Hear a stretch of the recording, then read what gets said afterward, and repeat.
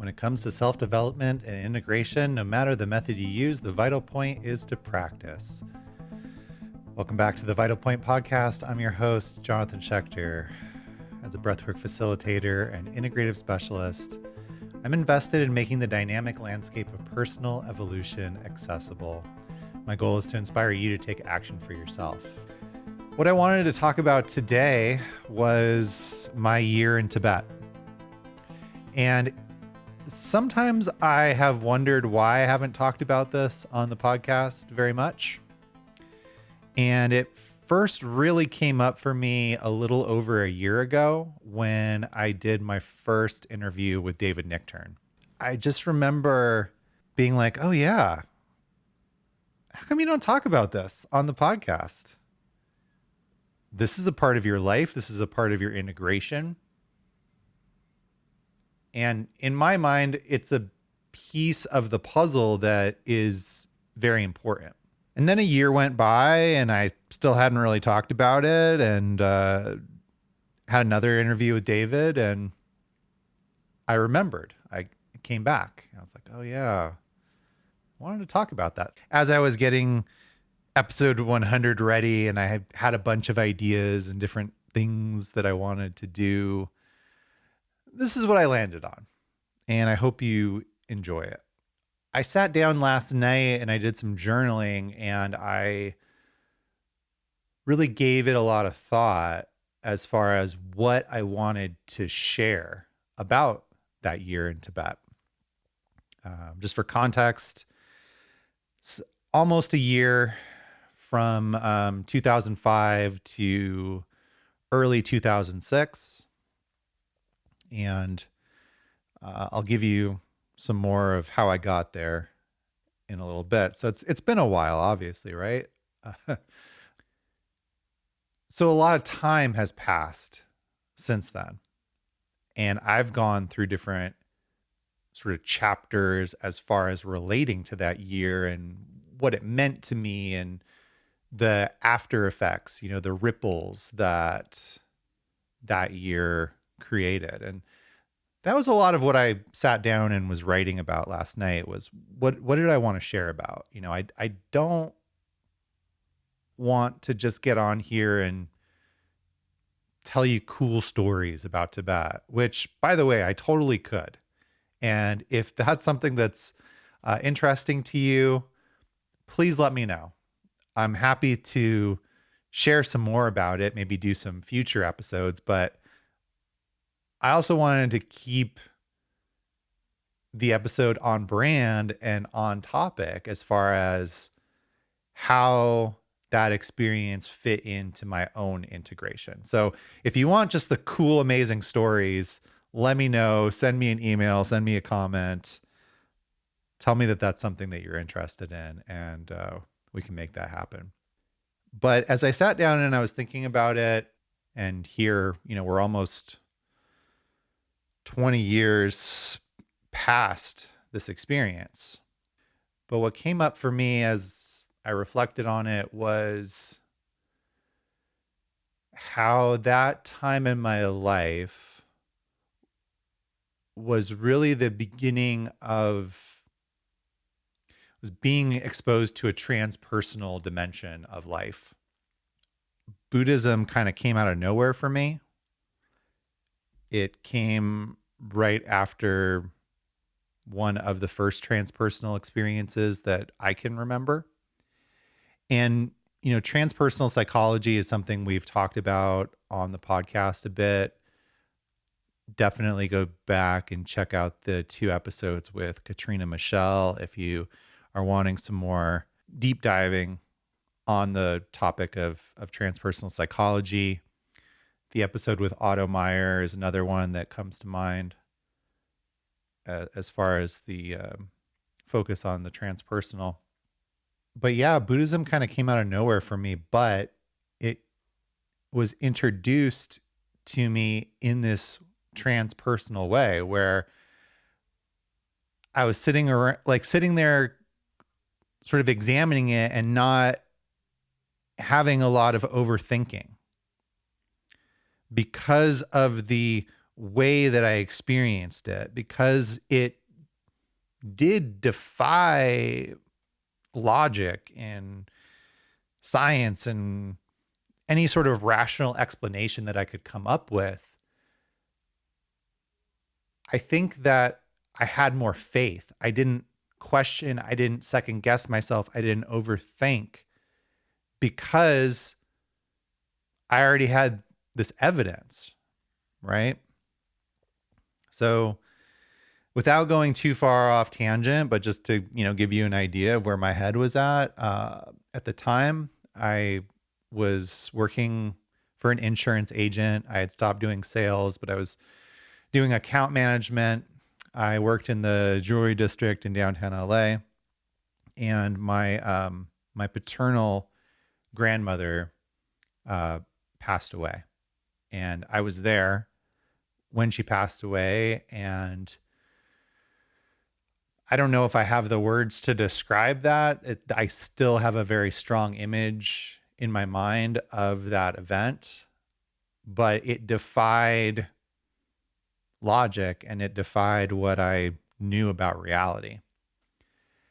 And so that was kind of interesting. And then a couple of days later, and during these couple of days, I could feel her.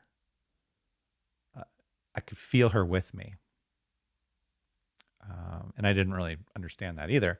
But a couple of days later, I was in a bookstore with my mom. And at the time, I did not read anything but fiction, mainly science fiction, fantasy. I was obsessed with this writer named Michael Moorcock.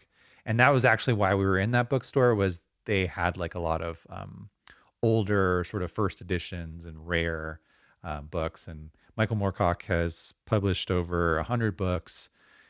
A lot of them are, smaller, sort of pulpy paperbacks and things that weren't widely published. So that's why I thought I was in that bookstore. I'm walking down the hall and I felt my grandma, I felt her spirit. I felt her put her I felt like a hand like stopping me on my chest. And I had this very clear message to go down this aisle. And I went down the aisle, and it was all books about spirituality. And I sort of stopped right in front of the Buddhist books and pulled out this book that I actually have on my bookshelf here. If you're watching, Awakening the Buddha Within by Lama Surya Das. And I picked it up and I started to read it right there in the store, and it was really making sense to me, but I was also trying to sort of figure out what was happening, because this sort of spirit had guided me to this book. And here's how skeptical I was initially. I didn't even buy the book that day, was my recollection, because I worked so close to the Central Library in downtown LA. I was like, I'll just go get it from the library. And that actually led me into a really cool direction, because that library had a whole floor of books on spirituality. And there literally were way more books about Buddhism at this library than in that bookstore, or really any bookstore that I've ever been in.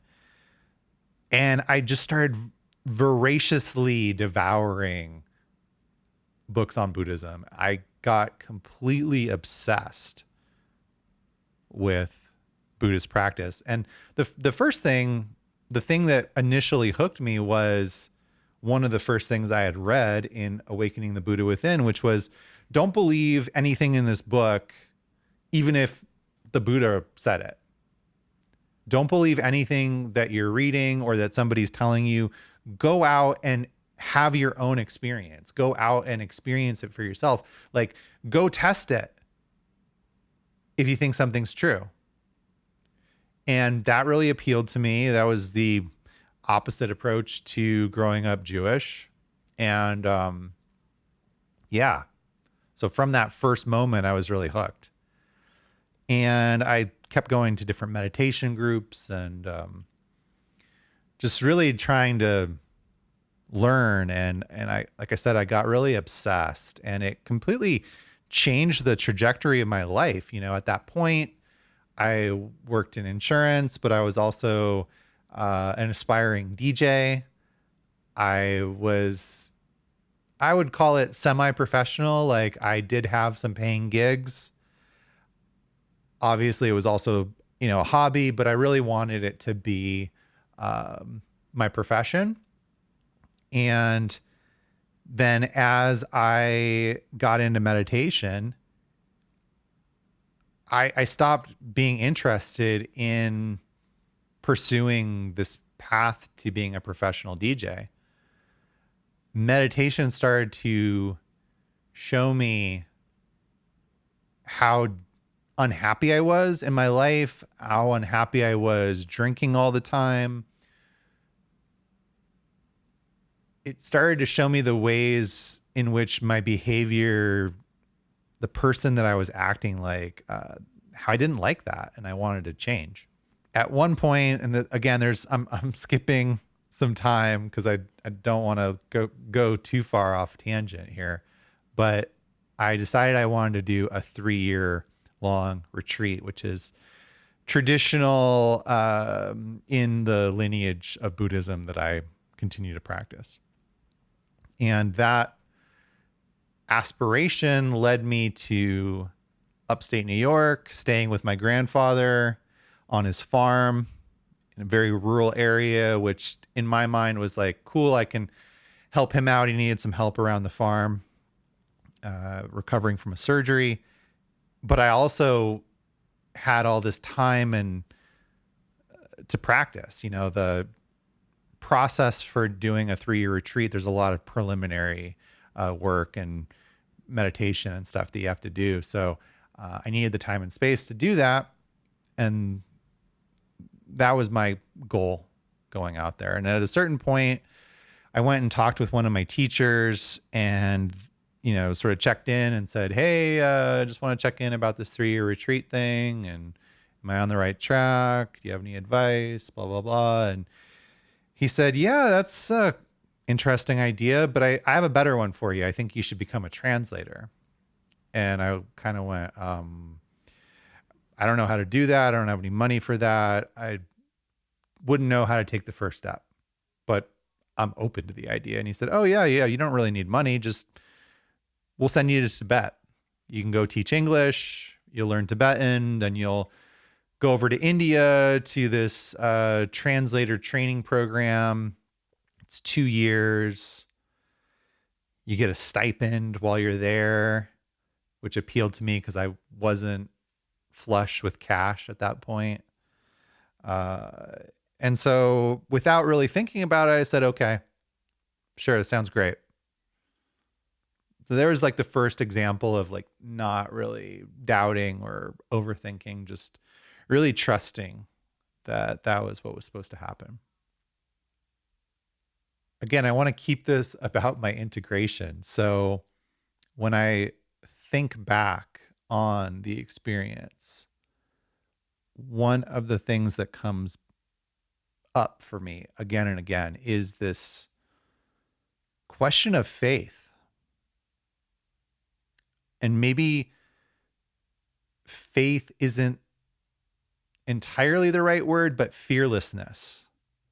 I just had no fear. I had no doubt. I didn't sit there and overthink any of it. I just kept going. I just kept putting one foot in front of the other. Like I went and got a job at a coffee shop so that I could have some traveling money. And the other thing about this faith, this fearlessness, whatever you want to call it, when I look back on it, there was a lot of youthful naivety.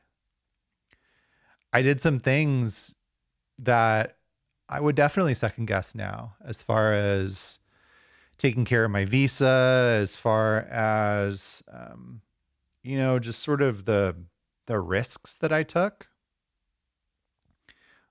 or the things that I wasn't conscious of, the unhealed things that were driving some of my decisions. So I went over there. The plan was that we were going to teach English at this school in a city called Xining, and I was going to find a tutor and study. I initially wanted to go to my main teacher, Garchen Rinpoche's monastery, but when I went, they said, "Look, there's already a teacher there. So what about this other plan?" And I said, "Okay." Now, this is a neat part of the story. That same teacher that had suggested that I become a translator, I got to spend some time with him before we went, and I actually went over there with him. One day we're going to lunch, and he looks at me and he says, "Hey, do you like girls?" And I'm like, "What? This is a strange question for a Tibetan monk, teacher to be asking me." And I kind of looked at him strange, and I said, like, as opposed to boys? Sure. And he looked at me and kind of laughed, and he said, "I think when you go to Tibet, you're going to meet a nice girl." And I literally just burst out laughing. And I'm like, "What? I want to do this 3-year retreat. I'm not trying to get into a relationship. I'm not really thinking about that. That's not what's on my mind at this point, right? Like, I'm trying to let go of that stuff so that I can go be in retreat for 3 years." And he just, kind of kept laughing. He's like, "No, I think you're going to meet a nice girl when you're over there." And I'm like, "Okay, whatever." Just didn't really even give it much thought after that. I just thought he was joking around or something. He wasn't always serious. Well, I learned this later on. But, I met him, and I met the 2 other people that had signed up to go on this particular trip. We met in the airport in Seoul. They flew out of Los Angeles. I flew out of New York, and we met in the airport in Seoul. There were 2 Americans, like I mentioned, a man and a woman. The woman sat next to my teacher on the plane. And as they're on the plane, he looks at her. I heard the story later. He looks at her and he says, I have this picture. Do you want to see this picture?" And it was a picture of him and I together. And I'm actually looking at the picture right now. I have it up on my altar. And she kind of, what she told me was, she kind of looked at it and was like, "Yeah, okay. Yeah. There's a nice picture." And he goes, You like this boy? He's a nice boy." And she's like, "Yeah, okay, whatever. Yeah, he's a nice boy." So keep that in mind, because it's important to the story. It's important to the whole sort of transpersonal aspect that I wanted to share in this episode. When we got there, things were not exactly as smooth as they had told us it would be. There were some complications with the school and them wanting us to teach there. So we're just going to sort of skip over that story. But there was the 3 of us, right? These 3 Americans in Xining together, trying to figure things out. Both myself and the woman were not really too fond of this other guy. He was kind of annoying, and we ended up starting to hang out together because we were annoyed and didn't want to hang out with him. And one thing led to another, and, we started hooking up and started to have feelings for each other. And it's almost like that Tibetan Lama knew something that we didn't know. Go figure. Anyway, things continued to progress. She ended up deciding to go back home. I wanted to stay because I had a mission. I also didn't have a whole lot of money, so I had sort of less flexibility with my options. And so she left, and then one day I get this call, and they're like, "Hey, do you want to go to the monastery and teach? We need a teacher." And I jumped at it. I was like, yeah, this is why I went. This is my original plan, right? So I ended up spending the majority of that year, and certainly the remainder of that time, in Garchen Rinpoche's monastery in Kham, which is western Tibet, in a very remote area, about 3 hours drive from the nearest sort of civilization. No running water, no electricity, somewhere between 12 and 13,000 feet elevation. So it was a pretty extreme experience and a really beautiful one. You got to keep in mind also, as far as the context for all this, like there were no iPhones. There weren't even iPods. Like I took a CD book. Remember those wallets that we used to put our CDs in? I took a CD wallet with me and a CD player, and I had a limited amount of batteries because I was out in the sticks. So even music was like a luxury that I indulged in maybe once or twice a month. And most of my days consisted of meditation, journaling. I decided I was going to write a autobiography, but also it turned into just sort of a processing exercise. But doing a lot of meditation. And it was beautiful. I processed a lot.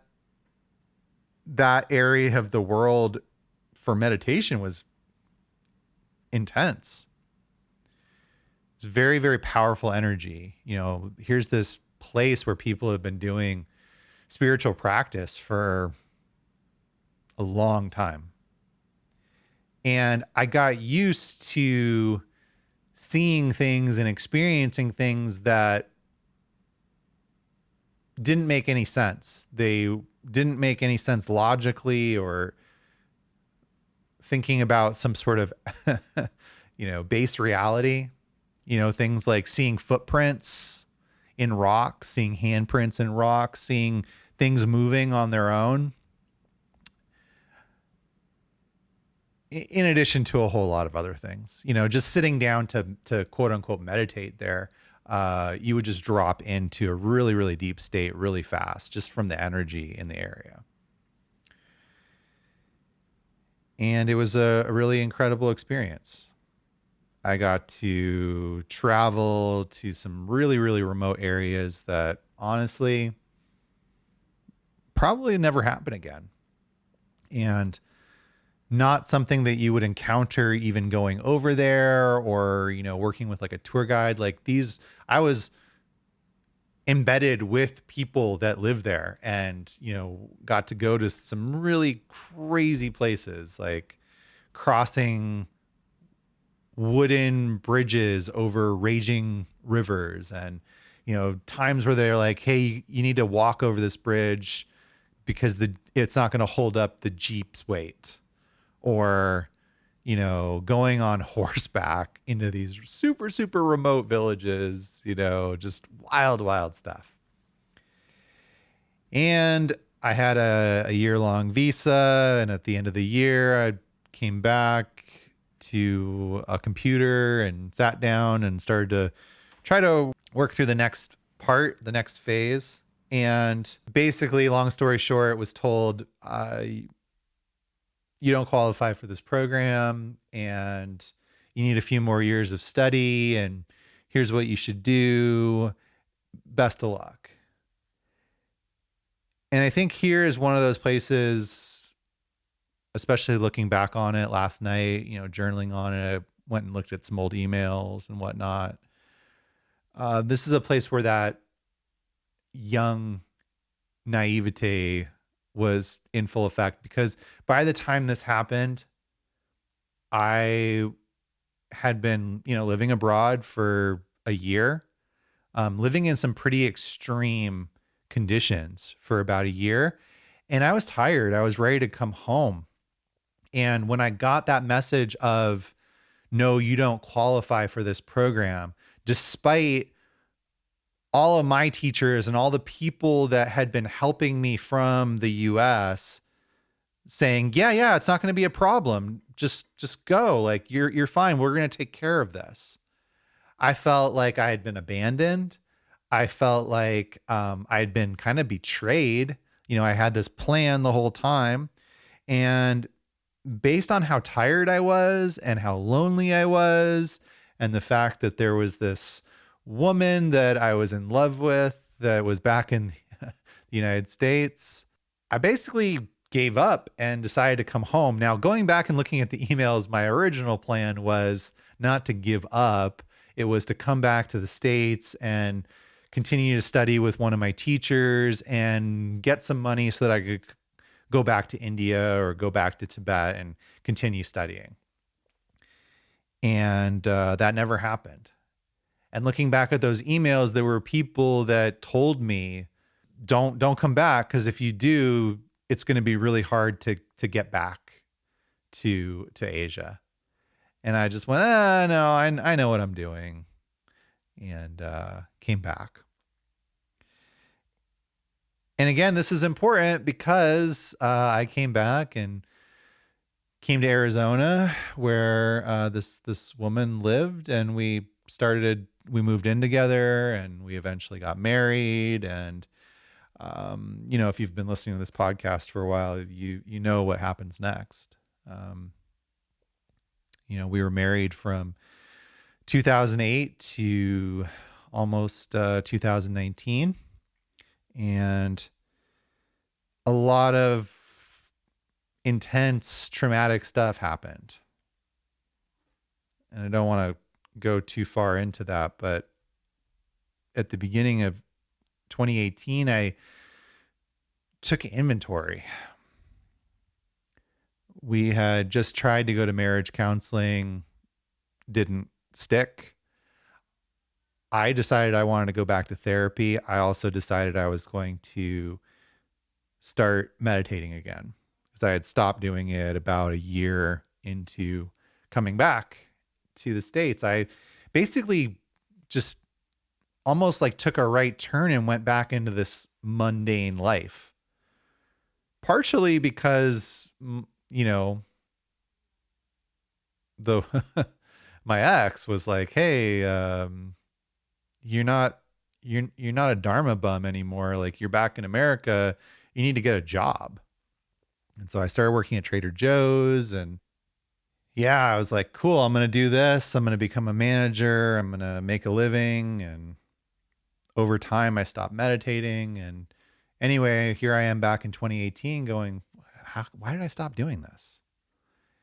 And I made a commitment to myself that I was going to start meditating every day.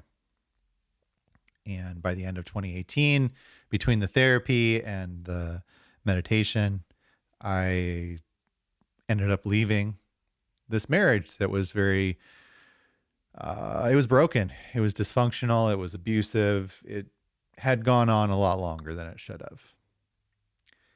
And another factor that led to that decision was several high dose mushroom experiences that I had, and the insights and experiences that I had there, especially right before I left. A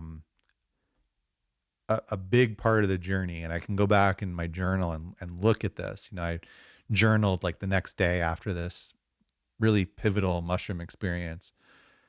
And it was very, very clear that like I needed to let go of this relationship that wasn't serving me. It was past time. The truth is that I was terrified. I was terrified because I was going to college and working full time, and my job was paying for that college. And my boss was my ex-wife's best friend. And so I was completely terrified that not only would I be losing the financial security of, being in a marriage and sharing expenses and having a place to live and all that stuff. But that as soon as I did something against the family, quote unquote, that I was going to possibly lose my job, lose the tuition reimbursement, and that it wasn't safe to leave. My plan for several years, and I wasn't being honest, obviously, with my ex-wife about this, but my plan was I just got to get through school and then I can leave, because I don't think it can work if I'm on my own. And by the way, all that stuff that I was like afraid of, well, maybe not all of it, but a lot of that stuff came true. I was terminated in a very shady, weird way. They kept paying for the college, by the way, which was great. But yeah, like my financial security and my job was threatened by this dysfunctional, abusive situation. And, there's been multiple people that I worked with that urged me when it happened to go to human resources to file a wrongful termination lawsuit. At the time, again, here's my pattern is I get so worn down that I would rather walk away and have my peace of mind than continue to fight against a rising tide. And so I just said, you know what? I don't want to deal with this. I don't want to get into this thing with this Fortune 500 company. I'm just going to walk away. And that walking away really led into everything that I'm doing now. Because even though the situation was abusive, even though it was not a good fit, even though I should have left a lot sooner than I did, I had the consciousness or the clarity to pause and go, you know what? You're a part of this too. You're not a victim. At the very least, you're not just a victim. And you need to go fix your shit. You need to clean up your backyard. You need to go like figure some stuff out before you get into another relationship, before you take another step. Go fix your shit, because I don't want to end up in this situation again. I don't know how to deal with what I'm going through and what I feel, and I want to. And that led me into more intentional psychedelics. That led me to discover breath work. Ultimately, it led me into what I'm doing right now. I can draw a direct correlation. And there's been these times in the past few years, especially early on during that first year of being separated, where it was almost like I was on this path, right, that took me from selling insurance and DJing in LA across country and then across the world. And I had this mission to become a translator that I let go of. I came back and I started just sort of living this normal, quote unquote, life where I wasn't practicing. Even though my main teacher lives in Arizona, out of 10 years of marriage, neither my ex-wife nor I went up to see him, even though we were both students. Weird. And so it was almost like I was on this one path, one trajectory, and then it took a right turn, or I hit pause on it to go be married and have a career and whatever I was thinking. When I look at it now, I think that a lot of those decisions were driven by fear.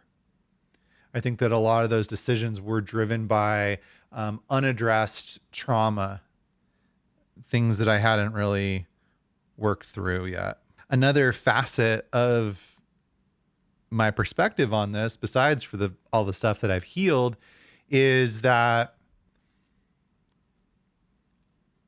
after the first time I sat with ayahuasca, it was like a few weeks afterwards, I had this vision where that same teacher, the one that was like, hey, you should become a translator, and hey, you like girls? I think you're going to be a nice girl.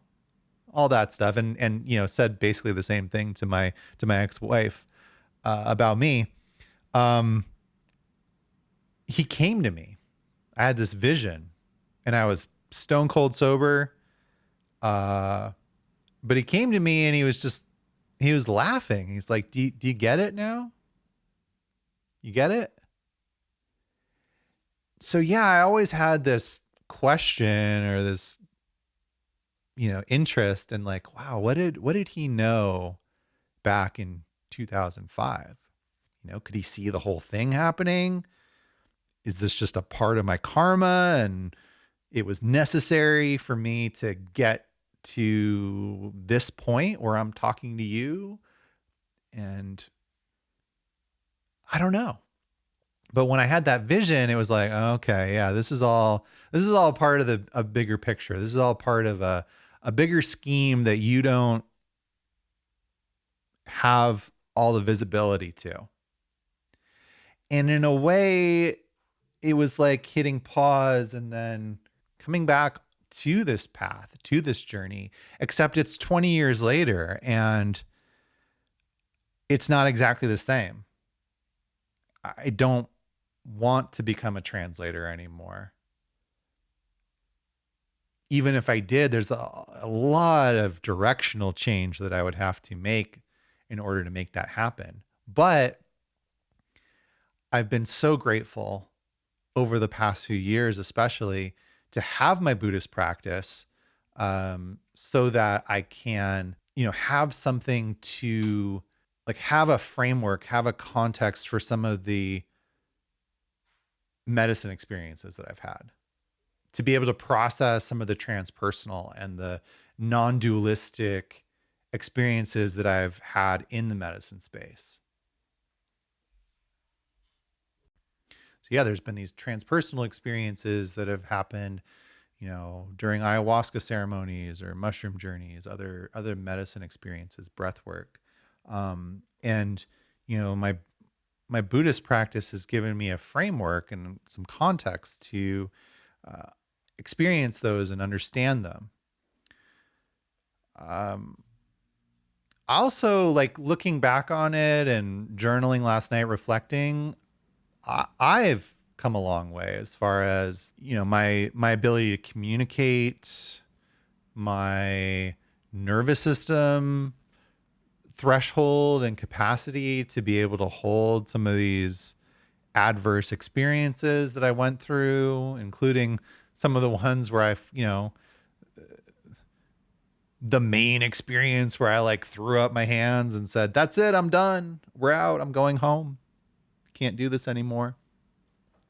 The boundaries that I have for myself and being able to communicate those. But that's the way that I look at it, is that I hit pause, and in a way, coming out of this marriage, coming back to doing inner work on myself first and being interested in healing and, spiritual practice, and then ultimately being able to support myself and share that with others, is a part of that journey. Just because there was this weird, like 20-year gap in the middle where I did something else, doesn't make it any less valid. I think sometimes we get caught up in this idea of what's right or what's wrong or what we'd like to happen. And when things don't work out exactly that way, we might think that something's wrong, but all the pieces matter. Everything is happening for a reason. And when I look back at it now, I can see that. So, wow, 100 episodes, incredible. Yeah, I'll leave you with one good story from this time, and I just mentioned it, like the night that I said, that's it, I'm going home. I had already received the rejection email from the program in India when this happened. That's my recollection, is that I'd already gotten rejected and they had said, hey, stay in Tibet for another couple of years and study, or come to this other program that I didn't have money for in India. As at the monastery, it was like we were on break. I was teaching English at the school in the monastery a couple of days a week, but the school was on break. And this particular person that, I had worked with a lot came and said, hey, we're going to go take pictures of the kids in this other village, because that was something I had done a few times. It's how I ended up in some of these really crazy remote places. Was I would go and take pictures of all the kids that lived in these villages for, sponsors and people that were supporting Garchen Rinpoche's programs over the world. So he shows up at my door and he's like, hey, we're going to go to this village, get your stuff. Let's go. And I said, okay, are we coming back tonight? And he said, yeah. And I said, are you sure? Are we coming back tonight? Because that's going to change how I pack. It's going to change the cold weather clothes that I bring. I don't mind if we stay overnight, but I need to know so that I know how to pack. And he said, oh yeah, we're going to come back tonight for sure. Well, we had been in this village for less than an hour when I realized we're not coming back. I love Tibetan people. Tibetan people are amazing. They work on a different timetable than Americans. There's no sense of urgency. There's no hurry or hustle. It's very laid back. There's not any sort of accountability to time or a schedule. So we were going to hang out in this village overnight. Okay, great. Not happy about that, but whatever. I'm cold. My ears were cold, especially. I remember I didn't bring a hat with me, and my ears were just like freezing. Like if you've ever been out and, really cold, and it's like almost like there's like a icicle drilling into your ears. That's how it felt. Anyway, we're having dinner. We're in this, I don't know, like the village leader's house. There's this huge fire in the middle of the room. So at least I'm warm. I had been bugging the guy that was helping me. He was supposed to take me back to that initial place, to Sheening, which is about a day's drive, a little bit more than 24 hours. And we were supposed to be leaving at the end of the week. And so we're sitting there, we're eating dinner, we're in this warm room, and I said, so we're leaving on Friday, yeah? And he goes, what? No. I'm like, okay, well, when are we leaving? Oh yeah, like 2 weeks. Can't take you back for 2 weeks. And mind you, I had checked in with this guy multiple times. Like, we're leaving at the end of the week, right? We're leaving at the end of the week, right? Oh yeah. So I was really upset. I didn't have 2 weeks to wait. So now I'm like, fine, I got to figure out how to get down this mountain, get back to the nearest civilization, figure things out, because I am not waiting. This is BS. But at least I'm in this warm room with this big fire, eating, and okay, right? We finish eating. And he goes, okay, we're going to go to bed. Let's go to the room. And I'm like, wait, what's wrong with this room? This is perfect. He's like, no, like, we're going to sleep in the shrine room. This is a big honor. This is really special. Nobody gets to do this. This is how it's being sold to me, right? I'm like, okay. So we go from this room with this big roaring fire in the middle. It's warm, it's toasty, it's beautiful. Out into this shrine room that has no heat, no fire, and has been sitting unoccupied all day and all night and is freezing. And I'm like, what the hell? Now, in case you've never been around Tibetan people, I'm 6'2". I am quite the bit taller than most. So they get me like this bed, which doesn't really fit. And they give me this blanket that was like this, it's like this horse blanket. It was really, really thick. I had like a Dickies jacket, you know, the kind where it has the blanket lining on the inside. It was like that kind of blanket. Great. Blanket's good, except that I'm so tall that this blanket either covers my head and not my feet, or my feet and not my head. So I literally take the blanket, put it over my feet, take my jacket off and put it over my head, because otherwise I'm going to be too cold to actually fall asleep in this room. I don't fall asleep for hours. I am just laying there seething. I'm so angry. I'm so upset. I feel so powerless. I finally drift off. And I wake up, and my first thought was, it's morning and somebody's like poking me to get up. Nope. There was a cat-sized rat. Let me say that again. A cat-sized rat. You know, a rat the size of a small cat. On top of my head. Now, fortunately, there's this, you know, jacket over my head, right? And when I realized that was the final straw. I'm like, that's it. Literally on the spot. I'm done. I'm going home.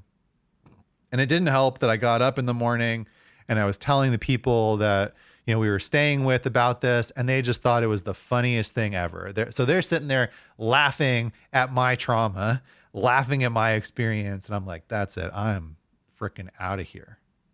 I'm going back. I can't do it.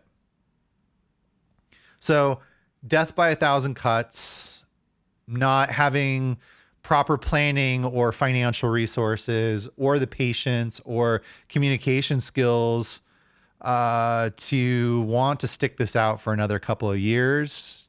Definitely not the nervous system resiliency to stick it out for a couple of years. So I came back, and that's where I'll leave it now. But, you know, I want to thank you for listening. I hope this was valuable. You know, this was a little bit different, but also, you know, another reason that I wanted to do this episode for episode 100 is one of the changes that I've been wanting to make is figuring out how to start adding in these integration journal episodes. And if you watch the show on YouTube, at the beginning of the year, beginning of 2024, I had this great idea that I was going to start doing these like vlog episodes that were less teaching or, you know, sharing integration and more about my own personal experience and my own integration and the things that I'm like working on. Cause I'm not just a facilitator. I'm also on this path. I'm also a practitioner.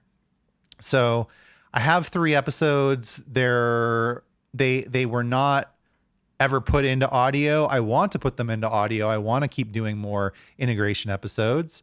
So in a way, this is like my introduction to you, so that I can get those older episodes onto the audio platform and continue to, you know, do more episodes, and it won't seem super strange. So that being said, if you enjoyed this episode, if you would like to hear more stories of my time in Tibet, let me know.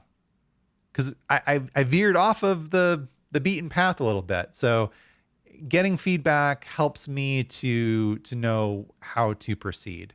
And I'm going to do another little mini episode where I'm talking about the changes that I want to make and some of the things that I have planned for this next chapter of the podcast, post episode 100.